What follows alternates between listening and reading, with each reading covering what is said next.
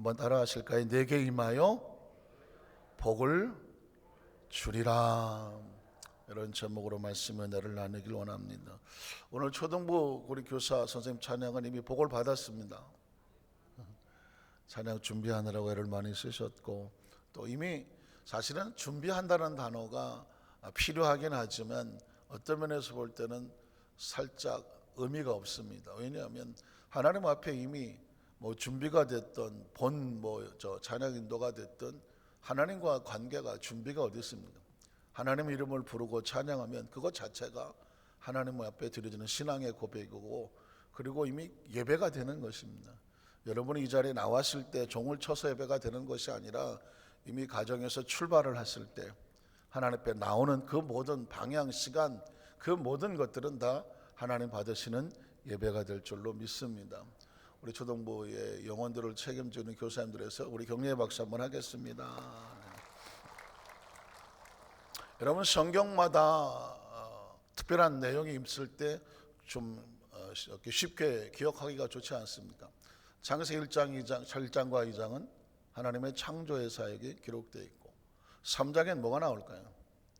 아담과 하와의 범죄가 나오고, 4장에는 안타깝지만 가인과 아벨의 사건도 나옵니다. 5장에는 족보가 나오고 6장부터 9장까지는 노아의 홍수가 나옵니다. 12장에는 아브라함이 출발을 하겠죠. 22장에는 기억하신 것처럼 하나님께서 아브라함에게 이삭을 드리라고 했던 테스트했던 장면이 나오고, 또 28장에는 야곱이 하란으로 출발하는 내용도 나오고, 37장부터는 50장까지는 요셉의 이야기가 나옵니다. 참 신기한 것은 성경은요, 내용이 얼마나 기록되느냐에 따라서 중요성을 말하기도 하거든요. 그러면 아브라함이 차지하는 비용도 10장에 넘어가고, 특히 요셉이 차지하는 비용도 37장부터 50장까지 13장에 나오거든요. 굉장히 중요한 것이죠. 그리고 출애굽기로 넘어갑니다. 출애굽기 2장에 보면 이스라엘 백성의 부르짖는 기도가 나오고, 3장에 하나님께서 모세를 선택하지 않습니다.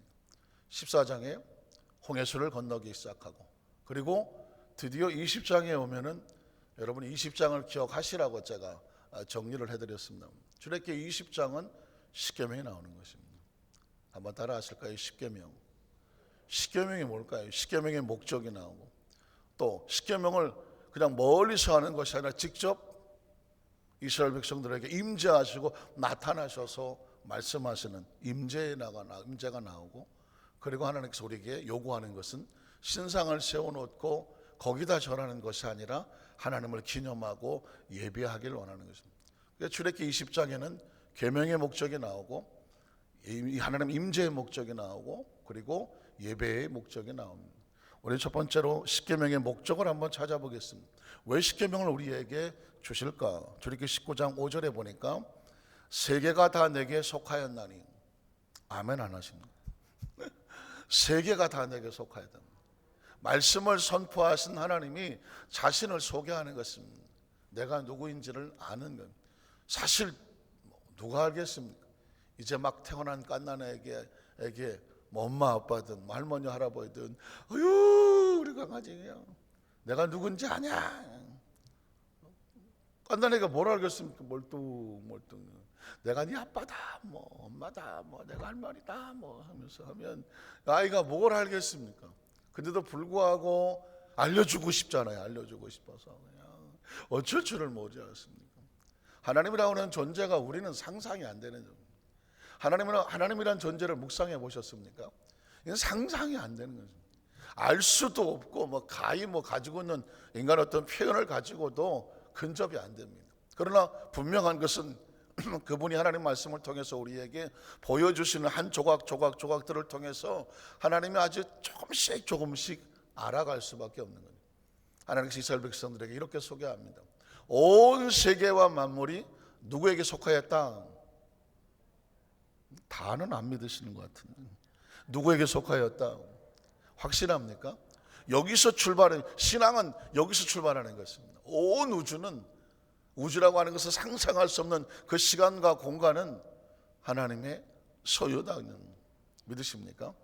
그래야 우리가 신앙에 대한 뭔가 담대함과 자신감이 생겨나요. 우리가 믿는 하나님이 우주 만물을 지배하고 통치하고 다스리신다는 거예요. 믿으십니까?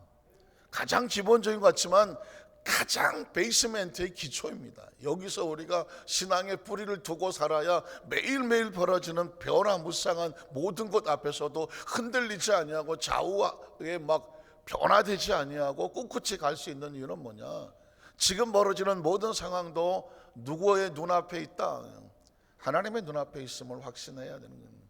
그래야 자신감도 생기고, 그래야 담대함도 생겨나고, 그리고 믿음도 생겨나고 기대도 생겨나는 것 아니겠습니까? 하나님은 이렇게 소개합니다. 온 세계가 다 내게 속했다. 그런데 그 하나님이 우리에게 이렇게 말하는 거예요. 너희가 내 말을 잘 듣고 내 언약을 지키면 너희는 모든 민족 중에서 누구의 소유가 됩니까? 특별한 내 소유가 되겠다고 말하는 것입니다. 하나님과 어떤 민족과 개인이든지 특별한 관계가 되려고 하면 내 말을 잘 듣 겁니다.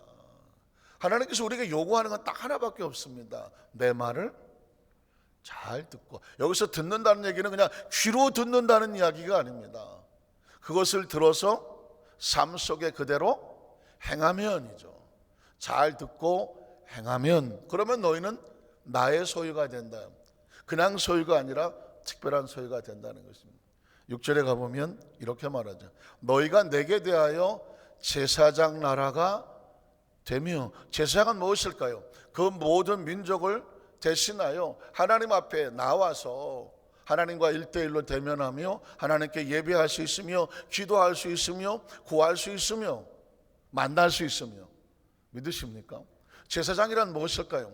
온 백성들의 죄를, 어떤 문제를 대신 끌어안고 제물을 하나님께 드리며 제단을 쌓으면서 그들의 심을 하나님께 대표하여 드릴 수 있는 특별한 사명이 제사장이잖아요. 그러니까 너희가 나에 대해서 제사장 나라가 된다는 것은 뭘까요? 하나님 앞에 나와서 그렇게 하나님 앞에 예배할 수 있는 특별한 은혜를 부여하겠다는 것입니다. 거룩한 백성이 되리라. 얼마나 듣기에 가슴을 설레는 말입니다. 세상에서 구별해서 나와서 하나님께서 새롭게 만드신 거룩한 백성이 되리라. 뭐 하면? 내 말을 잘 들으면입니다. 신앙생활은 어려운 것이 아닙니다. 하나님 말씀을 잘 듣고 행하기만 하면 나머지는 누가 책임을 지시는가? 하나님이 지시겠다고 말씀하는 것입니다. 이 말을 너희는 이스라엘 자손에게 어떻게 해라?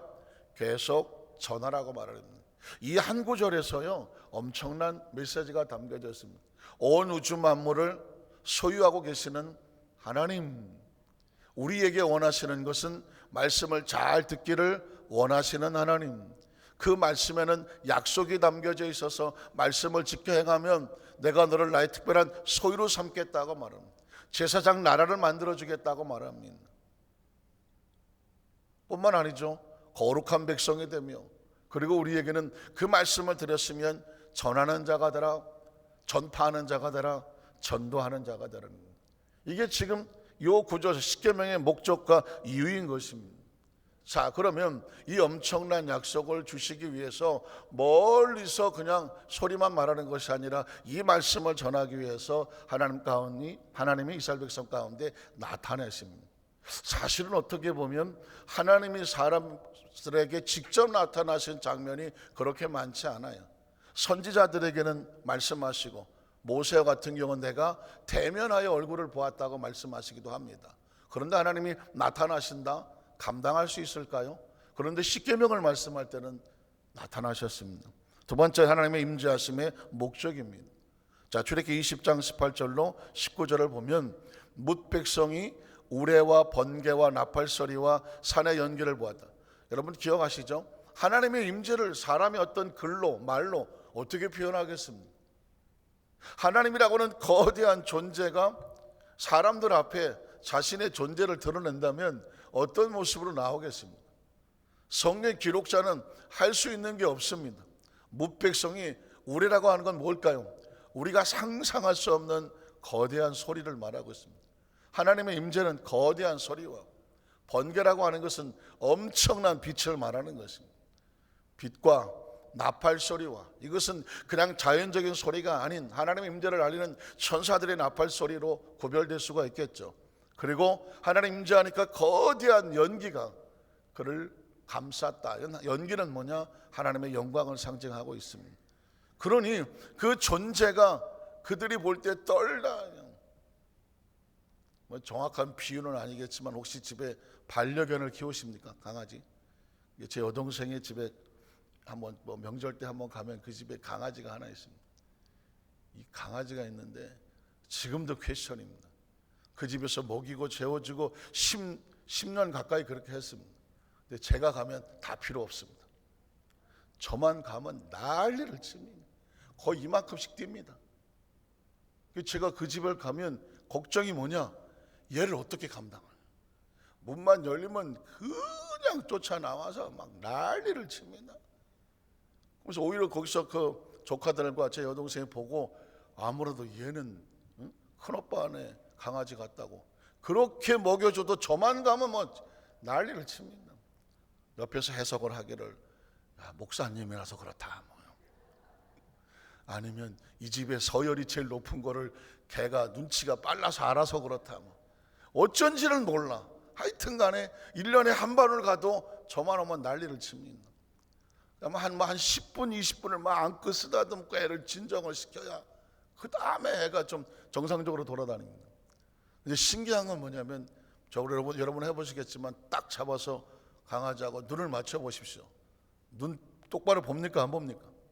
절대 안 봅니다. 절대 못 맞춥니다. 강아지는요, 저를 바라보면 애가 바들바들 떨면서 눈을 이렇게 내리깝니다. 왜 그런지 아십니까? 강아지는 자기를 복종하는 거잖아요. 복종합니다. 그 두려워서 어쩔 줄을 모릅니다. 좋기는 좋은데 두려워. 그 강아지 생각에 그렇다는 것입니다. 저 가끔씩 그 생각을 할 때 이 장면이 떠오릅니다. 우리가 만약에 하나님이 존재가 눈앞에 섰어, 하나님 정면으로 볼 수 있을까요? 못 보죠. 볼 수가 없어요. 만약에 그분이 빛이라면 빛을 볼 수 없을 것이고, 그분이 거룩함이라면 거룩함 앞에서 우리가 어떻게 서겠습니까? 그분이 바람이라면 그 앞에 어떻게 버티겠습니까? 그분이 소리라면 어떻게 듣겠습니까? 이건 상상이 안 되는 겁니다. 이런 장면은 여기서만 표현이 되고 있는데 하나님의 임재 앞에서 인간이 설 수가 없는 거죠. 오죽하면 이스라엘 백성이 하나님이라는 존재가 나니까 두려워 견딜 수가 없으니까 모세들 하는 말이 제발 하나님이 직접 말씀하지 못하게 해달라고, 우리가 죽을 것 같다고 말이에요. 그 중간에 모세를 세워서, 중보자를 세워서 말씀을 전하고 또 대신 기도하고 하는 장면이 그래서 나오고 있습니다. 이스라엘 백성이 떨었다고 말합니다. 가까이 오지를 못합니다. 멀리 서 있다고 말하고 있습니다. 그 다음 절을 보면 모세에게 이르되 당신이 우리에게 말씀하소서. 제발 모세가 말씀하게, 그때 우리가 듣겠다고 말을 합니다. 이유가 뭘까요? 하나님 임재 앞에서 두려워 떨고 있기 때문입니다. 그 다음 절을 보면 그래서 뭐라고 하면, 하나님 우리에게 말씀하지 그대로 아까 앞에 거 가세요. 하나님 우리에게 말씀하시지 말게 하소서. 우리가 죽을까 하나이다. 그리고 그 다음 절에 보면 모세가 백성들에 두려워하지 말, 거기까지만 19절 20절 20절까지 갈게요. 자, 20절에 보면 이제 모세가 백성들에게 말씀하는 거예요. 제가 왜 잠깐 스톱을 시켰냐면 하나님 앞에 이런 떨림이 있느냐고 묻고 싶은 것입니다. 하나님 앞에 이런 떨림이 있습니까? 하나님 앞에 예배에 나올 때 그런 떨림이 있으십니까? 이게 중요한 것입니다. 왜냐하면 오늘날 크리스찬들 다 그러진 않겠지만 하나님 앞에서 너무 방자하지 않습니까? 하나님 앞에서 너무 안하무인하지 않습니까? 하나님의 집이고 하나님이란 예배에 와서 너무 익숙한 신앙생활이나 그 어떤 것으로 인하여 우리가 말 한마디나 행동 한마디나 하나님의 면전 앞이라는 것 앞에서 너무 방자하지 않습니다. 너무 안하무인하지 않습니다. 하나님이 계신지 안 계신지 전혀 신경도 쓰지 않는 그런 신앙의 모습이 혹시 우리 가운데 있지 않습니다. 철딱서운이 없는 강아지는 그런다고 치고요, 갓난 아기들이야 뭐 그런다고 하더라도 점점 성숙하고 성장해 가는 가운데 하나님의 임재가 느껴지게 된다면 우리는 점점 세월이 지나가면 마치 벼가 익으면 고개를 숙인다고 하던가요? 신앙이 깊어질수록 우리의 언어가 정제가 되어지고 우리의 행동도 정제가 되어지고 우리의 모든 행동 거지 않아도 정제가 되어진다. 왜? 누구 앞이니까? 하나님 앞이라는 것이. 이걸 느낄 수 있고 깨달을 수 있는 사람이 신앙의 거인이라고 말할 수 있는 것입니다. 신앙의 거인. 사실은 그래서 신학적인 용어로 값싼 은혜라는 말이 있습니다. 값싼 은혜. 예수님이 십자가에서 그 보혈로 우리의 모든 것을 씻어주시고 씻겨주시고 거룩하게 하시 하나님의 자녀 삼아주셨다. 이 엄청난 은혜를 은혜라고 말하는 건데, 이 은혜를 받았으나 그 은혜를 받은 은혜를 잃어버리고 하나님 앞에서 방자하게 행하고 안하무인으로 행동하고 지 마음대로 성격대로 움직이면 그 은혜의 값이 떨어진다는 것입니다. 싸구려 은혜가 된다는 것입니다. 그래서 하나님의 은혜를 값싸게 만들지 말아라. 값싼 은혜가 되게 하지 마라. 어떤 사람을 정말 엄청난 대가를 치르면서 그 사람을 자유케 만들었더니 그 자유를 가지고 지 멋대로 돌아다닌다고 하면 누군가는 말할 것입니다. 뭐 때문에 저 사람에게 그런 큰 대가를 치루었느냐고. 그 대가가 아주 싸구려로 전락해 버린다는 것입니다. 때로 우리는 신앙의 어떤 매일 매 순간의 삶의 현장 가운데에 우리가 받은 은혜를 소중히 여기며 빛나게 하려고 하면 하나님에 대한 존재의 의식을 우리가 최선을 다해서 그를 존중할 때 그 가치가 빛나는 거 아닙니까? 우리에게 은혜를 쏟은 사람에게 함부로 대한다고 하면 그 은혜는 싸구려 은혜가 될 수밖에 없다는 거예요. 그래서 신학적인 용어에 값싼 은혜다는, 사실 우리가 들으면 가슴이 철렁거리는 이야기죠. 우린 과연 하나님의 은혜를 값비싸게 하고 있는가, 보람 있게 하고 있는가, 아니면 싸구려로 전락시켜버리고 있지 않은가. 이건 바로 우리가 하나님에 대해서 어떻게 행동하느냐에 따라 그 은혜가 비쌀 수도 있으며 싸구려로 전락할 수 있습니다. 물론 지금 이스라엘 백성들은요, 은혜고 뭐고를 떠나서 하나님의 존재 앞에 두려워 떨 뿐입니다. 사실은 우리가 그런 하나님을 만나고 있는, 그런 하나님 앞에 예배하고 있는 것입니다. 우리가 그분 앞에 임재를 느낀다고 하면 두려워 떨 수밖에 없는 거죠. 아주 오래전에 제가 강례성에서 이렇게 뭘 하고 있는데 어떤 성도님이 여기서 신발을 벗고 여기를 무릎을 기어 올라오시더라고. 청소를 이제 하시러 오는데 무릎을 기어 올라와. 그래서 왜 그러세요? 그랬더니 저 강례성에 못 올라가고. 왜요? 그랬더니 그냥 무서워요. 그때 제가 느꼈던 게 뭐냐면, 지금은 이제 그런 의식이 없습니다만은 여러분 혹시 강대상을 보면 색깔이 빨간 카페트가 이렇게 되어 있잖아요.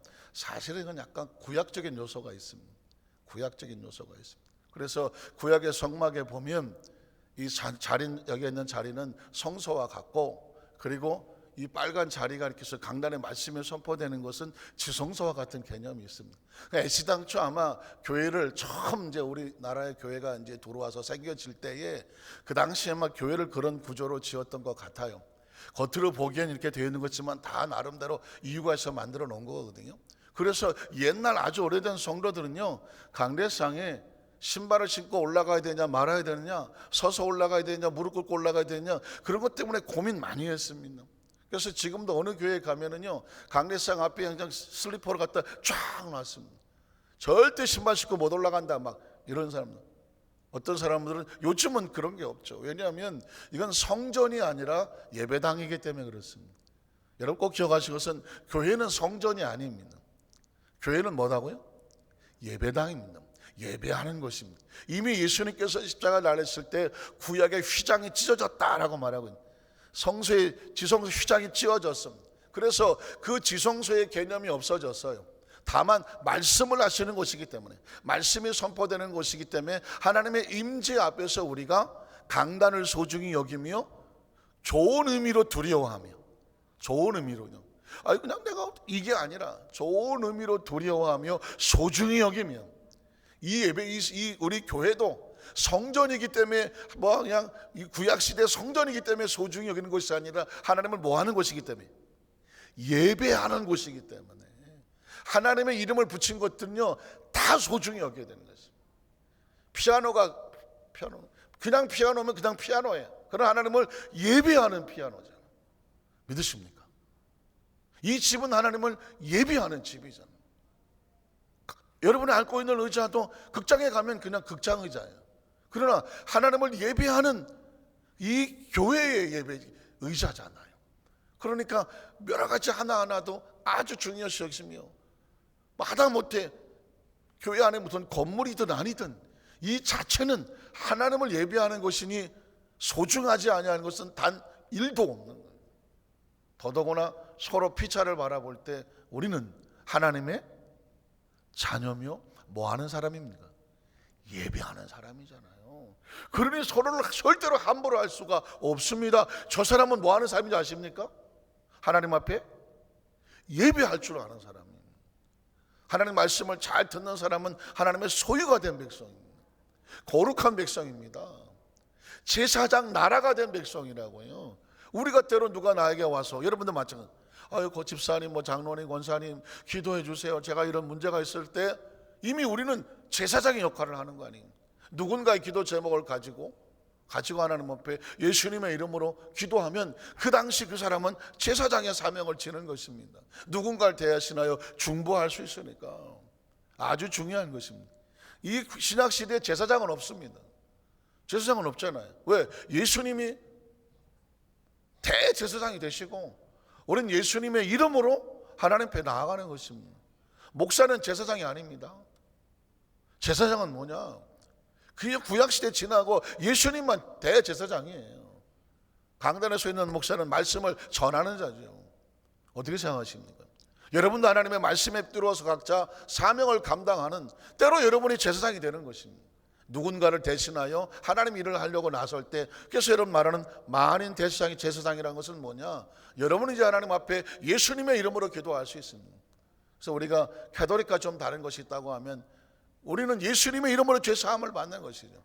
뭐 신부에게 가서 고해를 하고 신부가 뭐 하나님이 당신의 죄를 사해 줬습니다라고 하는 건 제사장적인 개념이 있습니다. 그러나 우리는 예수님의 이름으로 회개하고 예수님이 우리를 용서해 주시는 것입니다. 믿으십니까? 그래서 우리의 마음속에 이 경외함이 있어야 됩니다. 경외함. 자, 그러면 21절에 보면 백성은 멀리서 있고 모세는 하나님 계시는 감으로 가까이 가더라. 자, 20절 다시 한번 넘어가 볼래요? 갈 수 있나요? 자, 하나님께서 우리에게 임재한 이유가 뭔지 아십니까? 너희로 뭐하고? 경외하여 뭐하지 않게? 범죄하지 않으려고. 하나님 우리 가운데 임한 건 뭐냐면 그 거대한 하나님을 경험하잖아요. 경험하면 하나님을 경외하지 않을 수 없죠. 체험이 이렇게 중요한 것입니다. 그 거대한 하나님을 경외하면, 그 하나님을 느낀다고 하면 우리가 하나님 마음대로 할 수 있을까요? 없을까요? 마음대로 할 수 없는 거죠. 사실은 하나님을 경험하는 것이 중요해요. 아무것도 모르면 경외도 안 되고 자기 마음대로 해요. 그런데 하나님을 제대로 경험을 하고 나면 감히 그 앞에서 행동이 마음대로 될까요? 안 될까요? 마음대로 안 되죠. 하라고 해도 안 되죠.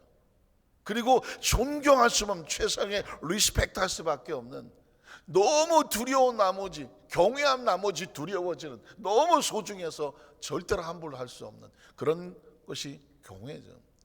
사실은 하나님께서 우리에게 이걸 원하시는 것입니다. 이 경외, 이 단어를 생각하면 창세기 22장을 기억하십니다. 하나님께서 아브라함을 테스트한 이유가 있습니다. 아들 이삭을 드리라는 이유가 있습니다. 뭐라고 하십니까? 아들을 드렸을 때 하나님 뭐라고 말합니까? 내가 이제야 나를 뭐한 줄 알았다? 경외하는 줄 알았다는 것입니다. 말씀하면 듣고 순종하는 줄을 이제 알았다는 것입니다. 말씀을 묵상하다가요, 너무 감사하더라고. 하나님이 아브라함의 초기에 테스트하지 않았어요. 120살 됐는데 노년의 테스트를 했어. 만약에 초기에 테스트했으면 계속 낙방 물론 많이 낙방했습니다. 그런데 노년에 가서 아브라함이 이제는 눈 하나 까딱하지 아니하고 아들 이삭을 내놓으라고 해도 하나님께 드릴 수 있는 신앙이 채워졌어. 그래서 하나님께서 이제는 됐다라고 말합니다. 그리고 그때 약속했던 것들을 그때부터 부어주시는 것입니다. 여러분의 신앙은 잘 자라고 있나요? 저도 개인적으로 조금 이렇게 보면 이 조금씩 그래도 뭔가 좀 체계가 잡혀가고, 어떤 것이 옛날 같으면 어떤 상황에 바바박 반응했던 것들도 묵묵해질 수 있으며, 어떤 것에 대해서도 전혀 요동하지 않을 수 있으며, 어떤 신앙의 탄력성도 생기고 회복성도 생기고 신앙의 그 맷집도 생기고, 뭔가 좀 탁 하면서 세상 사람 사는 게 이런 거구나, 이래서 그때 이런 문제가 있었구나, 이런 것들이 조금씩 보여지게 되면서 삶이 단순화되고, 그리고 어떤 것을 향하여서 나갈 수 있는 어떤 길이 보여지게 되고 하는 것이 나이를 좀 먹어가면서 신앙도 점점 깊어져 가면서 조금씩 더 보여지는 것 같거든요. 하나님이 그래서 노년의 아브라함을 테스트했다는 것이, 저 오늘 새벽 아침에 다시 마음에 뭉클거리더라고요. 하나님, 저를 테스트하시려면 조금 더 성장하거든 테스트해 주십시오, 이런 마음이 슬쩍 생기더라고요. 그러나 중요한 것은 뭐냐면, 하나님은 우리를 뭐하기 원하십니까? 테스트하기 원하십니다. 뭘 보시려고? 그래도 나를 뭐하니? 경외하니. 그래서 마지막 세 번째로, 하나님은 이제 우리에게 이걸 요구하셨습니다. 세 번째, 하나님 앞에 드린 제단의 축복이죠. 자, 출애굽기 20장 22절 23절에 보면, 야훼께서 모세에게 이르되 너는 이스라엘 자손에게 같이 이르라. 내가 하늘로부터 너에게 말하는 것을 너희는 스스로 보았. 엄청난 사건입니다. 이 당시 백성들이 하나님을 보았습니다. 그들의 눈에 하나님 어떻게 보였는지 모르겠지만, 하나님이란 거대한 존재를 너희가 날 보았다고 말합니다. 자, 그래서 그 다음 절에 뭐라고 말합니까? 너희는 나를 비겨서, 나를 비유하거나 어떤 것을 해서 은으로나 금으로나 너희를 위해서 사람이 만든 우상은 전부 다 하나님을 위한 건 하나도 없어. 누구를 위해서 만든 겁니까? 인간을 위해서 만든 것입니다. 그래서 신상을 절대로 만들지 말라고 하는 거죠. 저 강단에 서 있는 십자가도요, 우리를 위해 서 있는 게 아니란 말입니다. 저 십자가를 보면서 누가 생각이 나야 됩니까? 하나님의 사랑, 예수 그리스도의 사랑. 그래서 십자가는 절대로 우상이 될 수, 어느 교회는 십자가도 치웁니다. 왜 그런지 아십니까? 혹시 저 십자가를 바라보고 저 십자가를 대고 기도하고 어떻게 저 십자가에서 능력이 나오나 하고 뭔가 십자가를 우상화할까 봐 우려하는 데는 십자가를 띄기도 하는 것입니다. 그러나 우리는 십자가를 우상화하지 않습니다. 만약에 십자가가 우상이 되다가 하면 저거보다 더 큰 십자가를 막 세워야지. 우리에겐 더 큰 십자가 있다, 10m, 20m 있다. 이건 아무 부질없는 일입니다. 하나님께서 원하는 것은 신상이 아닙니다. 뭘 원할까요? 그 다음 절에 보면, 내게 토단을 쌓고 그 위에 내 양과 소로 내 번제와 화목제를 드리라. 예배죠. 그 다음 절은 뭐라고 말합니까? 내 이름을 기념하는 것입니다. 모든 곳에서 내게 임하여 복을 주리라. 하나님은 우리에게 기념을 기억하고 마음에 생각하고 말씀을 잘 듣고 하나님을 경외하고 나아가 주길 원해요. 다시 말해서 관계입니다. 하나님 어떻게 대하느냐 하는 것입니다. 그러니까 이거는 어디를 가든지, 버스를 타든지 차를 운전하든지 식당을 가든지 잠을 주무시든지 일어나시든지 어떤 상황 어디에 있다고 할지라도 내가 하나님 앞에 어떻게 하나님을 기념하느냐, 이게 예배예요. 그래서 이렇게 말하지 않습니까? 삶은 곧 예배당. 한번 따라 하실까요? 삶은 곧 예배당. 말씀을 정리합니다. 교회는 두 가지 종류가 있다고 늘 말씀드립니다. 눈에 보이는 비지블 처치라고 말은, 우리 교회 여기 상록고 315 145 하는 이게 교회죠. 그러나 또 하나의 교회는 뭐냐? 우리 자신 하나하나가 교회입니다. 우리 안에 하나님을 기념하잖아요. 움직이잖아요. 여러분 움직이는 것은 인비지블 처치라고, 보이지 않는 교회가 움직이는 것입니다. 한 사람 한 사람의 교회고, 그리고 모인 우리가 또 교회가 되는 것입니다. 그 기념하는 곳에 내가 임하여 복을 주리라. 오늘 하루도 여러분은 하나님의 교회들이 되어져서 움직이는 곳곳마다 하나님을 기념함으로 말미암아 하나님이 임재하여 복을 주시는, 복을 받는 우리 성도들 확실히 되기를 주님의 이름으로 축원합니다.